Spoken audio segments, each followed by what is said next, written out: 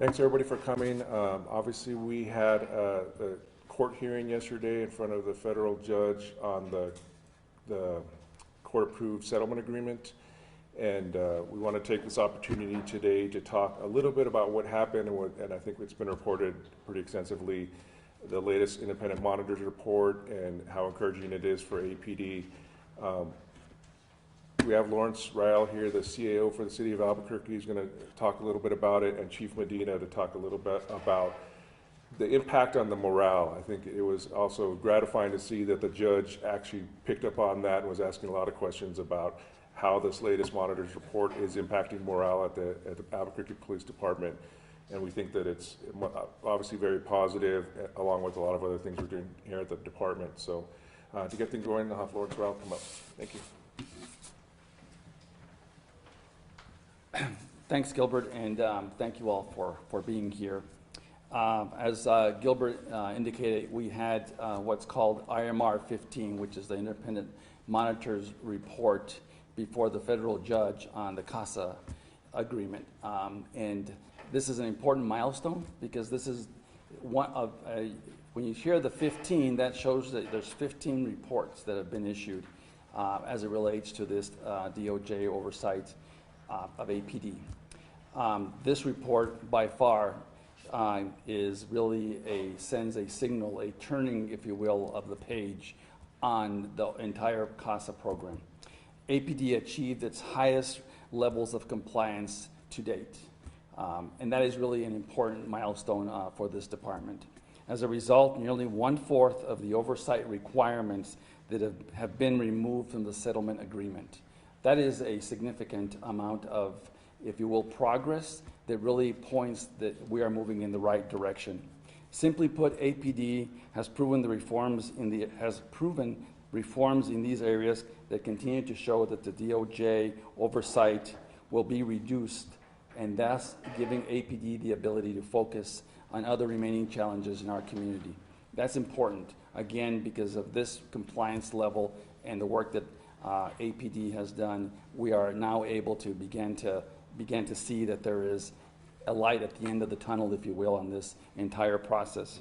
As Mayor Keller said, this is a major milestone that reflects our decision last year to take over the DOJ reform process. And by that we mean by becoming much more aggressive and assertive as it relates to how we were dealing with DOJ, pushing back where we had to, complying where we needed to, but also creating a relationship, not just with the DOJ, but also with the amici groups and others to ensure that APD was moving forward. And that step alone really began to, in our minds, move the department in a very, very positive direction. I attended the court hearing yesterday before Judge Browning. It was clear that from the testimony from the DOJ and from the monitoring team that there is an end in sight to this reform. And that's really important. We've been at this for a long time, 8 years and counting. So it really, really begins to really focus on the fact that there is a way for us to continue the progress, but also to be mindful that the court hearing yesterday was a very dramatic change from previous court hearings, much more positive. In fact, Judge Browning picked up on the optimism during the hearing and asked whether the progress is having any impact on recruiting, retention, and promotion of officers. And the simple answer is yes. When you're under a court-mandated process like this, people applying for police departments look at this. This is a career. They want to ensure that they're working for a department that has the utmost reputation, etc. And so at this point in this process, we are now beginning to see that the morale in this department is starting to lift, that the work that the department has done from every level of the department, from the chief's office to the rank and file officer on the field, that the reform is taking place and taking hold. And that's really important. It's good for Albuquerque and our community, but is especially important for this department to continue to move forward. The mayor and the city have made significant investments in the reform effort, millions of dollars to ensure that we have the right personnel in the right places, to evaluate the data, to ensure that excessive force issues are reviewed and are dealt with in an appropriate manner. that we have the personnel in place to ensure that the department is moving forward, including in the training area of the department's work. All of that shows that the progress and the work and the effort and the investment is beginning to pay off. I want to just talk a little bit about some of that investment. Historic pay raises for police officers over the term of Mayor Keller. $80 million in crime-fighting technology so that we can improve and give officers all the tool and the latest tools that are available to help fight crime and to protect our community and to keep us safe. Hiring professional civilian staff to support the work of officers. This is really super important. Getting civilian personnel to do the work that otherwise had been assigned to police officers, thus freeing up police officers to be out in the field, to do the work that needs to be done on the streets, and to have civilian personnel that are trained and professional enough to manage the work that otherwise would have taken a uniform officer to do. And then created, obviously, the Albuquerque Community Safety Department that handles now many more and more calls on a monthly basis that would have otherwise been calls that APD would have had to respond to. All of these efforts prove that we are looking at this from a holistic standpoint, looking at all the options and all the tools that are available to us to ensure that we are moving in the right direction. And as a result of yesterday's hearing, it was a resounding, in my opinion, a resounding first step, that we're moving in the right direction, that APD is doing the right things. Look, there's a lot more to be done. We know that, and there's a lot more review that has to occur. But at least at this point, all of the groups in the hearing acknowledge that there has been significant effort and a significant progress made by APD, and it's really a credit to the chief and the chief's professional staff and the men and women of the Albuquerque Police Department. And with that said, I'd like to introduce our Chief Medina. Thank you, Lawrence. You know, I want to get started saying thank you for being here this afternoon as we talk about this update and some of the things that have occurred with the Albuquerque Police Department. For the first time, APD, in a long time, APD got, you know, really good report from the Department of Justice, the monitor, and we had a very positive court hearing yesterday, and there's a lot of compliments for the hard work that is being put in and day out. And I think one of the most important things that I heard yesterday in developing a culture that will carry this tradition and these standards forward was the fact that it was mentioned by the Department of Justice that they now see the proper leadership being appointed that holds these values high and that believe in this process. And we will continue to make sure that we promote this process and that we continue to change that culture.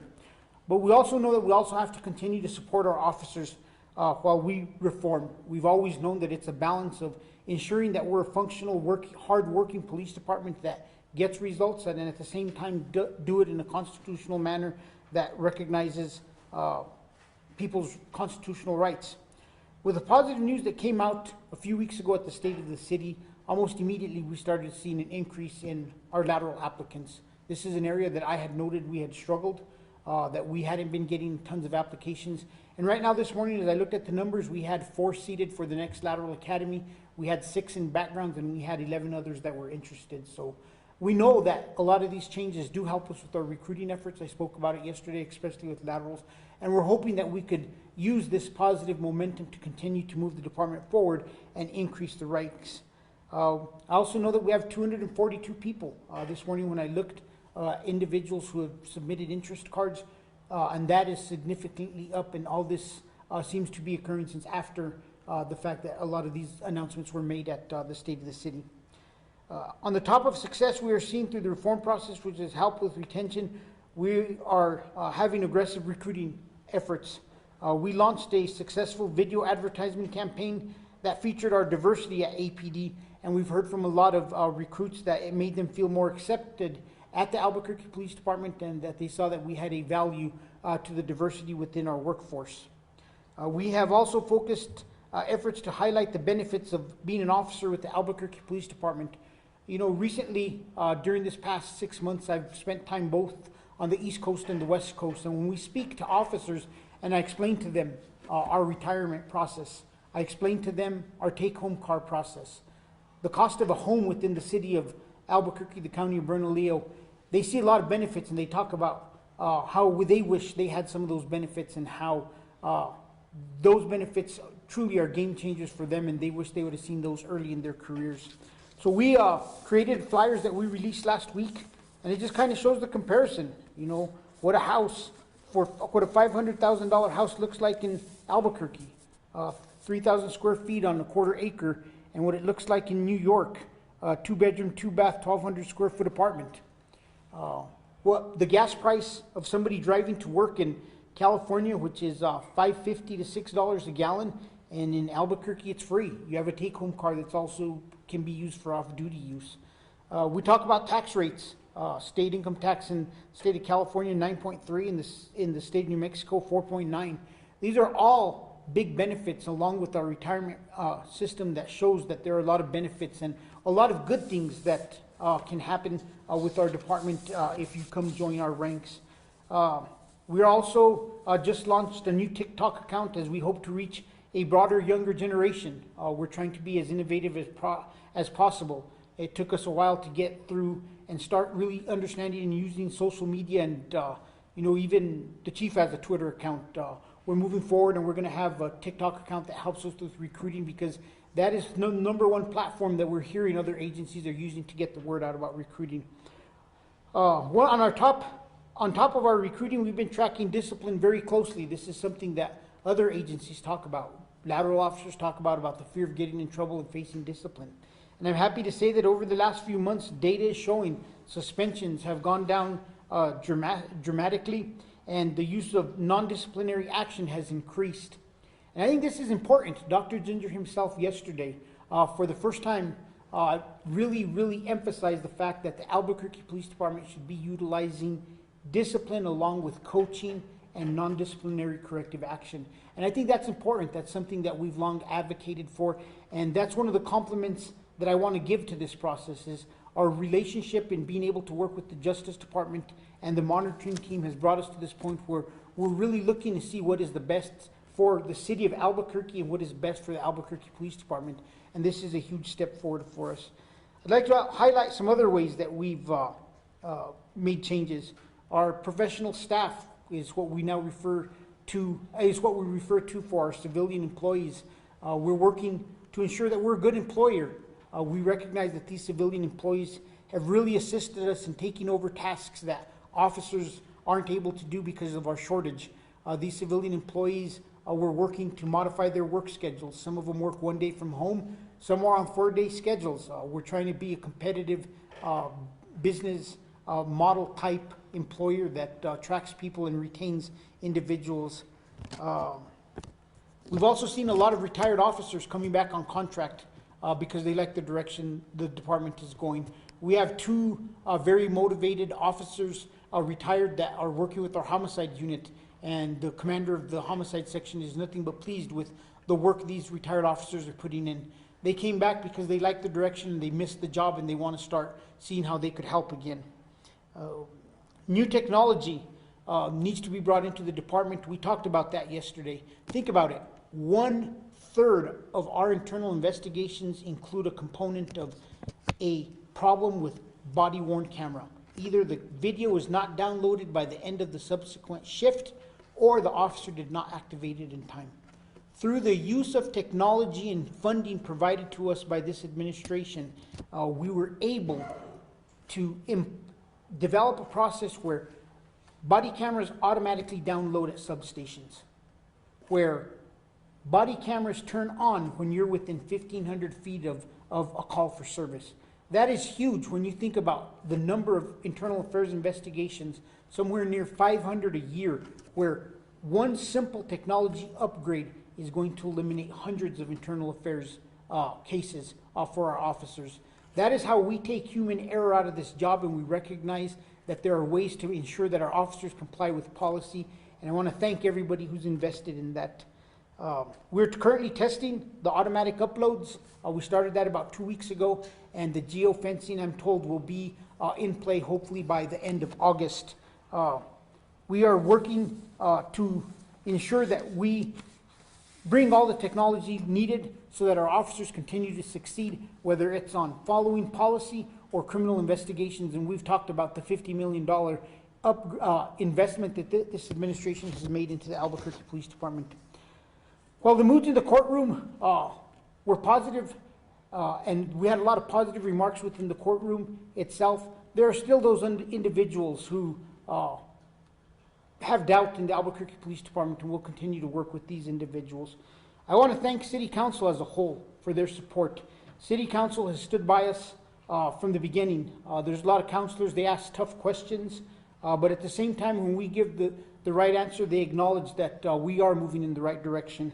I know there's at least one council member who at times criticizes us, and sometimes will ask to take credit for stuff that wasn't involved in this process. I want to assure the public that the most important thing to remember is the Department of Justice and the DOJ and the Monitor did not lower standards based off of any letter written by anybody from council.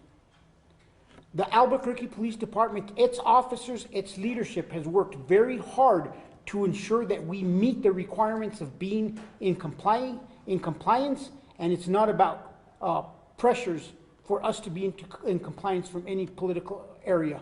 Our department has changed, the culture has changed, and it's important that we give recognition to the men and women every day who are working hard to see this process move forward.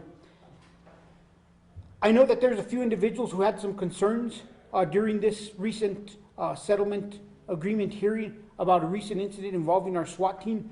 And like I stated yesterday, we've been very transparent and we've been very honest throughout the past few years about where we're at. Every critical incident has a debriefing, and I'm happy to announce that next Friday we'll be having a debriefing on this incident and providing an update to the public as to what we have discovered and what the initial findings of everything that occurred that day are coming out to be. I at times have to be the first to admit that the Albuquerque Police Department has to get better. We've had to do it with investigations, we've had to do it with compliance, with disciplining individuals, holding people accountable. But each time that we take ownership, we improve ourselves and we get better. And we will continue to ask the tough questions of ourselves, hold ourselves accountable. And we hope that the public in general, especially those that are still critical of us as a department, reach out to us, work with us, and get an understanding of what truly is occurring at the Albuquerque Police Department. With that, we'll take any questions. Yeah, if you guys have any questions. I have a question. So when we talk about, I mean, it seems like kind of alternate between self-monitoring and suspending monitoring. Is that the same thing? And can you tell us more about how the department's going to be self-monitoring? You know, I think that's one of the most important features that's going to come out from this settlement agreement process is we always have to have a system of correcting things that are going wrong. And these self-monitoring processes were written into the settlement agreement. For 2 years, we have to show that we're able to do the job of what the monitor is doing and monitor ourselves. This wasn't just a matter of us getting into compliance in these areas. It was a matter of us also developing a system that could self-monitor. So right now, we have about a quarter of the settlement agreement that's going to go into self-monitoring. By the end of the year, we actually have another quarter of this agreement that will be eligible to go into self-monitoring. But the only reason we can't include those right now, or we won't be able to include them, is until we have a system where they can self-monitor. So we're hoping to continue to develop our capacity. Deputy Chief Lowe has a section that is completely devoted to the self-monitoring process. She has scorecards, she has a lot of different information that goes into those. So self-monitoring basically is we're working and we have a group that's conducting the functions of a monitor and making sure that everything we developed is being followed and the processes are going forward as they were intended. Can you sum up the areas that are, or the paragraphs that are into self-monitoring? And the second question I had is, does this mean Ginger's still around? And are we paying him less now that we are into a quarter of self-monitoring? You know, I think number one, yesterday I think the city attorney was very clear that this is a new administration. For the most part, you know, CAO Rael is taking over as CAO. Lauren is the new city attorney, and I think this is where we need to evaluate and see what is our proposal to move forward. We are in constant communication and cooperation with the Department of Justice. And I personally feel that there is an opportunity here for us to modify this process to ensure that we value public monies and that we spend public monies well. And I agree, a 25% reduction in monitoring should have some kind of effect at the end of the day on the bill that we're receiving for this monitoring process. And we will be looking to see how we could work on this, but it is something that has to be agreed upon by the Department of Justice, the Albuquerque Police Department, and ultimately the judge has to approve whatever we come into agreement with, because the monitor is an extension of the courts. So we will be working, having these conversations to see how we modify this process. A lot of these paragraphs had to do with our specialized units, tactical, SID, recruiting, and a lot of other areas. I don't know what the next quarter percentage is, but we could get that information out in the near future, and we could have some more information out to you. Does that answer your question? Yeah, I think, if we could just get that information, because I think that's what the community is wondering. Is this use of force? Is this community policing? I mean, there are over 300 paragraphs here. What exactly is the Department of Justice saying you can go into self-monitoring? It's going to be this, for the most part, the specialized units, recruiting, MATF, some of those specialized areas that have been in compliance for 2 years. But we do have another batch in the pipeline that once we figure out a self-monitoring process, we will be making the next proposal to the Department of Justice. Looking at this chart on the second page, quarter 2 of 2021, there was 20 terminations. What was happening in that period, and what were those terminations about? You know, they could be for a variety of reasons. And I would, I'd have to dive into it to see if there were cadets at the time that were terminated, or what the terminations, but we could look into getting their background. I'm gonna go out on a limb and say there could be a typo right there somewhere. We'll double check. We'll double check that one. Hold on to that one, because that one, even to me, that one's like, that's a little high. I have a question. Yes. Can you talk about the use of force investigations, like what changes? I know you mentioned training, but is there, just more detail on the use of force investigations? I think the important thing is the difference that we saw from the last monitoring report to this. We went from completing 6 cases to having 100% completion of internal affairs force cases. And when you look at the biggest criticism now is the narrative process, the process narrative. I have been assured time and time again by my staff, and if they're incorrect, I'm sure that somebody will correct me at one point, whether it's DOJ or the monitor or somebody, but the process narrative actually doesn't impact the findings of the actual investigation. It's just how they got there, for the most part. So to know that we completed all of our investigations and the findings were in some way correct is important. Huge step for us to move forward. And I think the difference is training. And I said it from the very beginning. We didn't know what was the expectation, but it was refined over the past monitoring period. We had great technical assistance. We had great communication between Deputy Chief Lowe and the Justice Department. And EFIT coming in and showing our people how to do it and providing training to them is leading us down this path where we're able to conduct those investigations much better. One thing that was brought up yesterday is that there's actually been a decrease in use of force in recent months, I think. What do you attribute that to? And I feel like in the past, when we've been talking about use of force reports, they've attributed increase to an increase in correct reporting. So should we be concerned if there's a decrease, that there's a decrease in reporting? No, I think that obviously it's very important, and that's why we monitor ourselves and why we have systems in place to see if there's a problem with the data. Yesterday we talked about Dr. Peter Villier being brought over to the department to help us with our 298 report, and that's part of what Dr. Villier's job is going to be, is helping us define and make sense of the data we have and find if there's a reason where there's some kind of mistake within the data set and what we're seeing. So as it stands, those are the numbers we have on the uses of reported force, and I think it goes to attribute as our officers get better, as they learn how to de-escalate situations. They will hopefully, that was the ultimate goal, that we would see a reduction in use use of force. I think the other thing to really tie to that is the importance of, earlier this year, there was a concern reference misdemeanor crime enforcement and the use of force, and how a lot of agencies across the country had seen an increase in uses of force when low-level misdemeanors were enforced. And at the time, we were trying to enforce, increase the amount of violations associated with criminal trespassing on private property. And I'm really happy to say that those numbers have continued high, and to know that there's a reduction in the use of force, I think really goes to kill the narrative that just because you increase enforcement in one area, that you're going to automatically see an increase in the uses of force. Speaking of recruitment, how many sworn officers do you have as of today? 985, I'm going to say. 885. 885.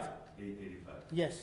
So I know that when the mayor ran for office in 2017, his goal was to grow the department by 400 officers.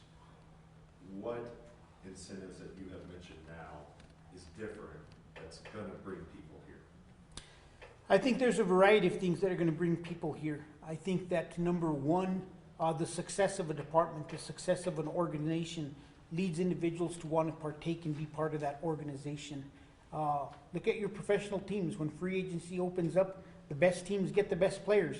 And we hold to the same concept at the Albuquerque Police Department. As we continue to improve, we'll have more individuals who want to join our rank. But it's not only, I think in 2017 and during the election season in 2017, there was a lot of focus on the number of sworn officers.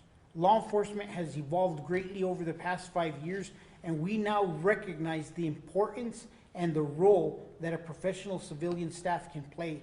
And although we're not at the 1,200 officers the mayor had hoped, we had increased our ranks in a lot of areas that are impacting the ability to get officers out from behind a desk and out to do their jobs. So I view the success and our ability to move forward in those two areas where we could get professional staff to help us with functions that we didn't think they should be able to do in the past.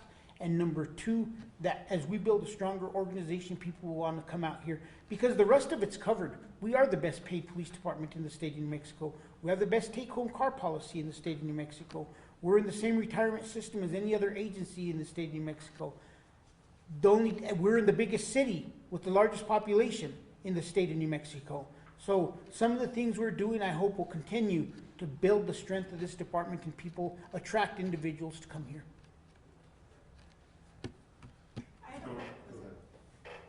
Oh, rotate. Okay, all right, I'll take it. We're here today talking about the CASA, and a lot's happened in the last week. Yesterday, Mayor Keller said that one of the reasons why APD hasn't been able to take a lot of enforcement action at some of these homeless camps is because of the CASA, along with McClendon, along with the 9th Judicial District's ruling. Specifically, how is this CASA prohibiting you from taking enforcement action at these homeless encampments? It doesn't prohibit us. Us being prohibited from taking certain types of actions, such as misdemeanor arrests, is a McClendon function. We all know that. It has a process. We've really educated and changed the process from chiefs to chiefs. And right now with me, it's at the point where if somebody's on private property, we will take enforcement action. It starts where it has to, and we move up from there. It's unacceptable for us to say there's nothing we could do, and I've told the officers over and over again, we do not leave people on people's property. But we do know that without a fact, things slowed down. Over the past few years, officers had a fear of getting in trouble, and when the mayor talks about the CASA process affected individuals taking action, it is these actions. And not only that, some of the processes we had that we're correcting now, where it took somebody so long to clear a use of force, that impacts everybody else in that squad having to take calls for service and them not having dedicated time to go out and do proactive policing. So there are a lot of different ways. And if you look back historically, one of the things I think is most interesting is if you look at the amount of time spent on a priority one call in 2012, 2014, fast forward into 16, 17, 18 of the CASA, the amount of time spent on a priority one almost doubled. Priority two doubled. The most interesting thing is the amount of officers on those calls has drastically increased. There's only so much time for you to do so many functions, and when you have so many officers on a scene, and these scenes are taking a lot of time to clear, and it's a two-edged sword, because at one time the monitor has told us, well, you have too many people on scene, you need to clear them faster. But we also have a policy where we have an officer dispatched to communicate and de-escalate, an officer dispatched for lethal force, non-lethal force, and a supervisor. That same call, when I was in the field as an officer, 2 officers would go to, 2 officers would handle. So there has been so many different strains put on the system that it has had an impact on our ability to enforce certain laws. My question is for the CAO, so I don't want to No. the flow in. The only other thing I'm going to say before I jump out here and think is, these are the cool posters we show why Albuquerque is better than California or New York. So let's get these out there. Let's remind everybody Albuquerque is a much better place to live. You could have a house, not a box. So my question is about the superintendent of police reform position that was brought up quite a bit yesterday at Sure. yesterday's hearing. Is the city considering the interim, the person who's serving as an interim, to fill that position permanently?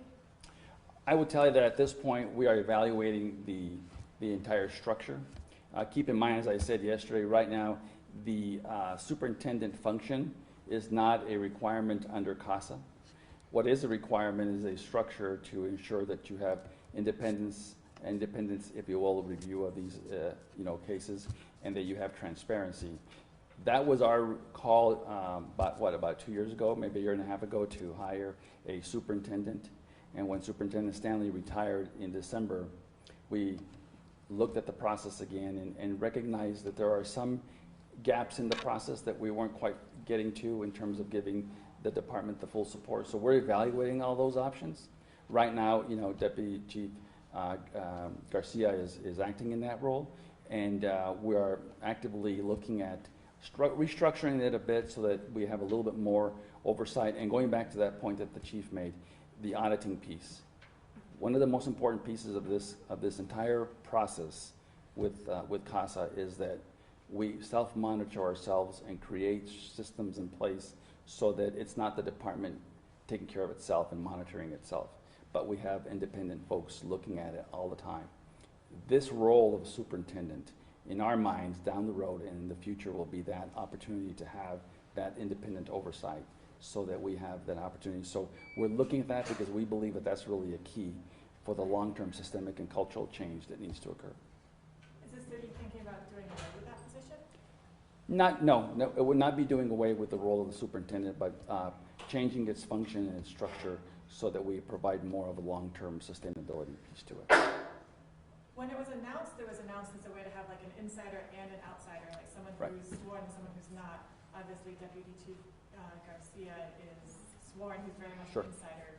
Has that been in conflict with the position? No, that still remains part of the conversation, is having an insider and outsider to ensure that there's a review and oversight. And so again, it's been a little bit of a challenge for us. We had, as you know, selected someone, then the role and the responsibilities of that job as this individual had thought would be the job were a lot different than what we had originally intended.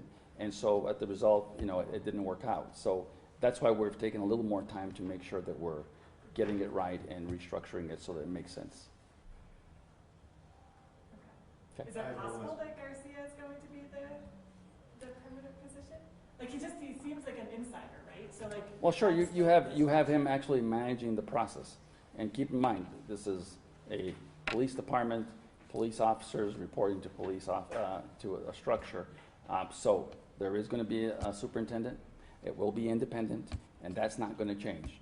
Just a question of the structure and how they report and what roles and responsibilities we have. There's some other models that we're looking at, and that's what we're evaluating right now. So stay tuned. Okay. It'll be a lot of what you just described, just structured a bit differently. Lawrence, I have one last question. Sure. Is there someone here from the U.S. Attorney's Office? I believe they're in the room, right? Do you have anything to say about this accomplishment this agreement between the U.S. Attorney's Office and APD?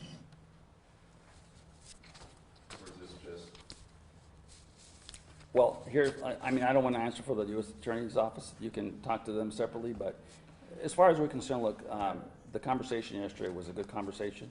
I think we're all working together in the same direction, and I'm sure that our friends at the U.S. Attorney, if they have some perspective, they will obviously share that with you. So, Thank you.